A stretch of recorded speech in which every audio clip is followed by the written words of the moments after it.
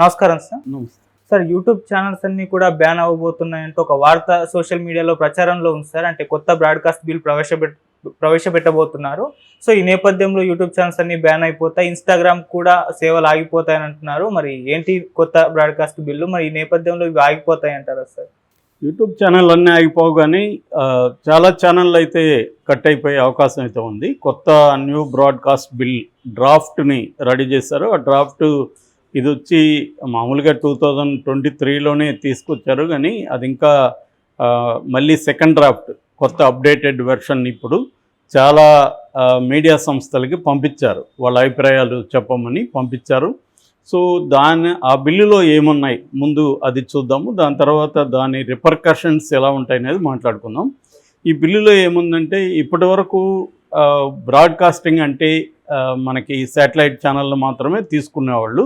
ఇప్పుడు అట్లా కాకుండా డిజిటల్ బ్రాడ్కాస్టింగ్ అనే పేరు పెట్టారు. డిజిటల్ బ్రాడ్కాస్టింగ్ అంటే ఆన్లైన్లో ఏదైనా యూట్యూబ్ ఛానల్ కావచ్చు, లేదా ఫేస్బుక్లో వీడియోలు కావచ్చు, ఇన్స్టాగ్రామ్ వీడియోలు కావచ్చు, ఇలాగా ఆన్లైన్లో టెలికాస్ట్ అయ్యే అన్నీ కూడా దీనికి ఎందుకు వస్తాయి.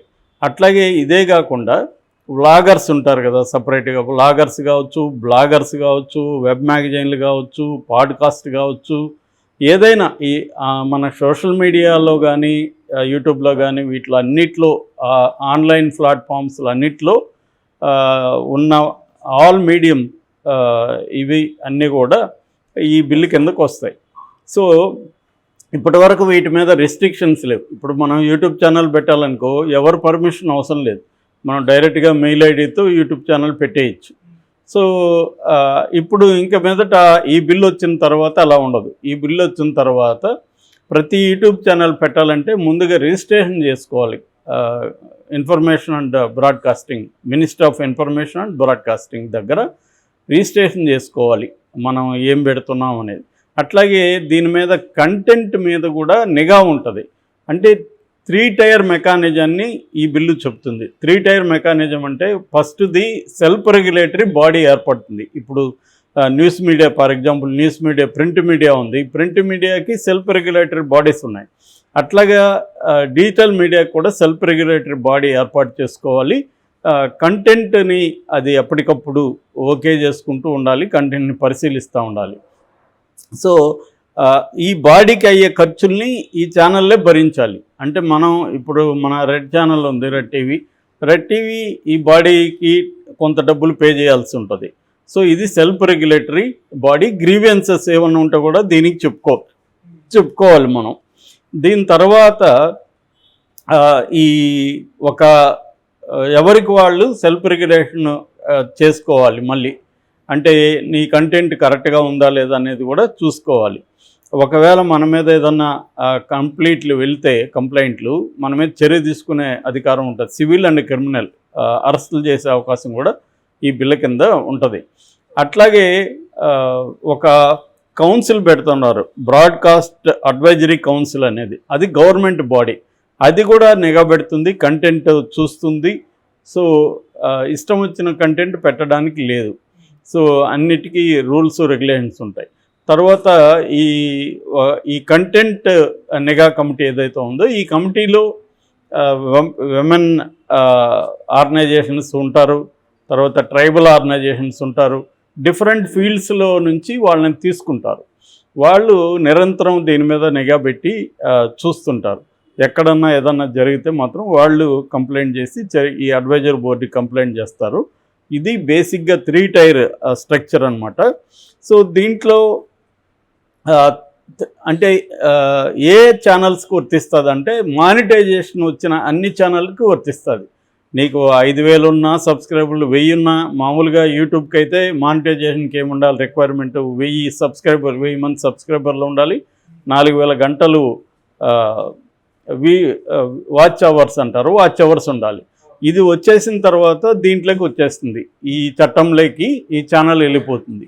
సో ముందు అక్కడ రిజిస్ట్రేషన్ చేసుకోవాలి. ఓన్లీ యూట్యూబ్ ఛానల్లో మనకి మానిటైజేషన్ వచ్చిందని ఆనందించడానికి లేదు, మనం దాంట్లో చేసుకోవాలి.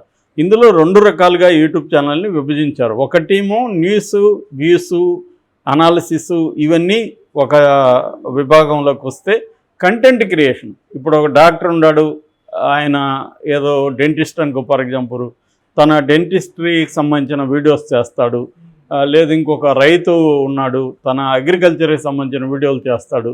అది కంటెంట్ క్రియేషన్. అవన్నీ ఓటీటీ ప్లాట్ఫామ్స్కి ఏ చట్టాలు అయితే వర్తిస్తాయో కంటెంట్ క్రియేషన్ ఉన్న వీడియోస్కి ఉన్న వెబ్సైట్లకి ఆ చట్టం వర్తిస్తుంది. So content creation, news broadcasting, ఈ 2 రకాలుగా బ్రాడ్గా విభజించారు. రెండింటికి కూడా ఈ చట్టం వర్తిస్తుంది. వీళ్ళందరూ కూడా నిఘాలో ఉంటారు. అంటే ఇష్టం వచ్చినట్టు చేయడానికి లేదు. ఈ చట్టం కింద శిక్షలు కూడా ఉంటాయి. అది ఇంకా కూడా ఫైనలైజ్ అవ్వాల్సి ఉంది. అట్లాగే విదేశాల్లో ఫర్ ఎగ్జాంపుల్ ధ్రువరాటి ఈ మధ్య వెరీ పాపులర్ అయ్యాడు. ఆయన జర్మనీలో ఉంటాడు. విదేశాల్లో ఉండి ఇక్కడ కానీ టెలికాస్ట్ అవుతుంటే వాళ్ళకు కూడా ఈ చట్టం వర్తిస్తుంది. నువ్వు ప్రపంచంలో ఇప్పుడైతే ఏం చేస్తున్నారు, చాలామంది ఈ అమెరికాలోనూ ఇంకో చోట ఉంటున్నారు, అక్కడి నుంచి ఇష్టం వచ్చినట్టుగా మాట్లాడేస్తున్నారు. వాళ్ళని పట్టుకురావాలంటే ఇబ్బంది అవుతుంది. కానీ ఈ చట్టం కింద వాళ్ళకు కూడా ఈ చట్టం వర్తిస్తుంది. అంటే ఇండియాలో సోషల్ మీడియాలో ఏది కనిపించినా ఈ చట్టం కిందకు వచ్చేస్తుంది. దాని ఆరిజిన్ ఎక్కడున్నా world wide. So global application అంటారు దీన్ని, గ్లోబల్ అప్లికబిలిటీ ఉంటుందన్నమాట ఈ చట్టం కింద.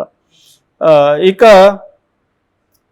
దీని బేసిక్గా ఇప్పుడున్న మనకి ఓటీటీ ప్లాట్ఫామ్స్ నెట్ఫ్లిక్స్, అమెజాన్ ఇలాంటివి, ఆహా ఇలాంటివి ఏవైతే ఉన్నాయో వీటన్నిటికి కూడా రెగ్యులేషన్స్ ఉంటాయి. ఇష్టం వచ్చిన కంటెంట్ దాంట్లో పెట్టడానికి లేదు. ఆల్రెడీ వాళ్ళు సెల్ఫ్ రెగ్యులేట్ చేసుకుంటున్నారు, బట్ కొన్నిట్లో ఉండట్లేదు. కొన్ని రకాల ఓటీటీ ప్లాట్ఫామ్స్ వెచ్చలవిడిగా ఆల్మోస్ట్ పోర్ను, సెమీ పోర్ను ఇవన్నీ కూడా వస్తున్నాయి. సో కాబట్టి ఏంటంటే ఇప్పుడు గవర్నమెంటు కంప్లీట్గా రెగ్యులేట్ చేస్తుంది అని చెప్పచ్చు. రెగ్యులేట్ చేసి మానిటర్ చేస్తుంది. ఇప్పటి వరకు దీని మీద రెగ్యులేషన్స్ అండ్ మానిటరింగ్ లేదు. ఇప్పుడు దీని కింద పెడుతుంది. అయితే దీని రిపర్కషన్స్ ఎట్లా ఉంటాయి అనే దగ్గర చూసినప్పుడు ఇది freedom of the press and freedom of the creativity ఈ రెండింటిని కర్బ్ చేస్తుంది బీజేపీ అని విమర్శలు వినిపిస్తున్నాయి. అసలు సోషల్ మీడియాని ఈ స్థాయిలో వాడడం మొదలుపెట్టిందే బీజేపీ. 2011లో స్టార్ట్ చేశారు. 2012లో గుజరాత్ ఎన్నికలప్పుడు ప్రశాంత్ కిషోర్ సహాయంతో వాళ్ళు సోషల్ మీడియాలకి రంగంలోకి ఎంటర్ అయ్యారు. 2014లో దేశవ్యాప్తంగా పెద్ద ఎత్తున చేశారు. నిజానికి హేట్ క్యాంపెయిన్ అనేది బీజేపీ మొదలుపెట్టింది దేశంలో. అట్లాగే ఫాల్స్ వీడియోలు, ఫేక్ వీడియోల కల్చర్ని ఇవన్నీ చేసింది బీజేపీని. సో ఇప్పుడు వాళ్ళకి ఇబ్బంది మొదలైంది. ఫస్ట్ టైం యూట్యూబర్స్ ద్వారా బీజేపీ ఓడిపోవడానికి యూట్యూబర్స్ కూడా కారణం. అది international magazines like the economist లాంటివి కూడా అనలైజ్ చేశారు. నేను ఆల్రెడీ మన వీడియోలో ఒక దాంట్లో చెప్పాను కూడా.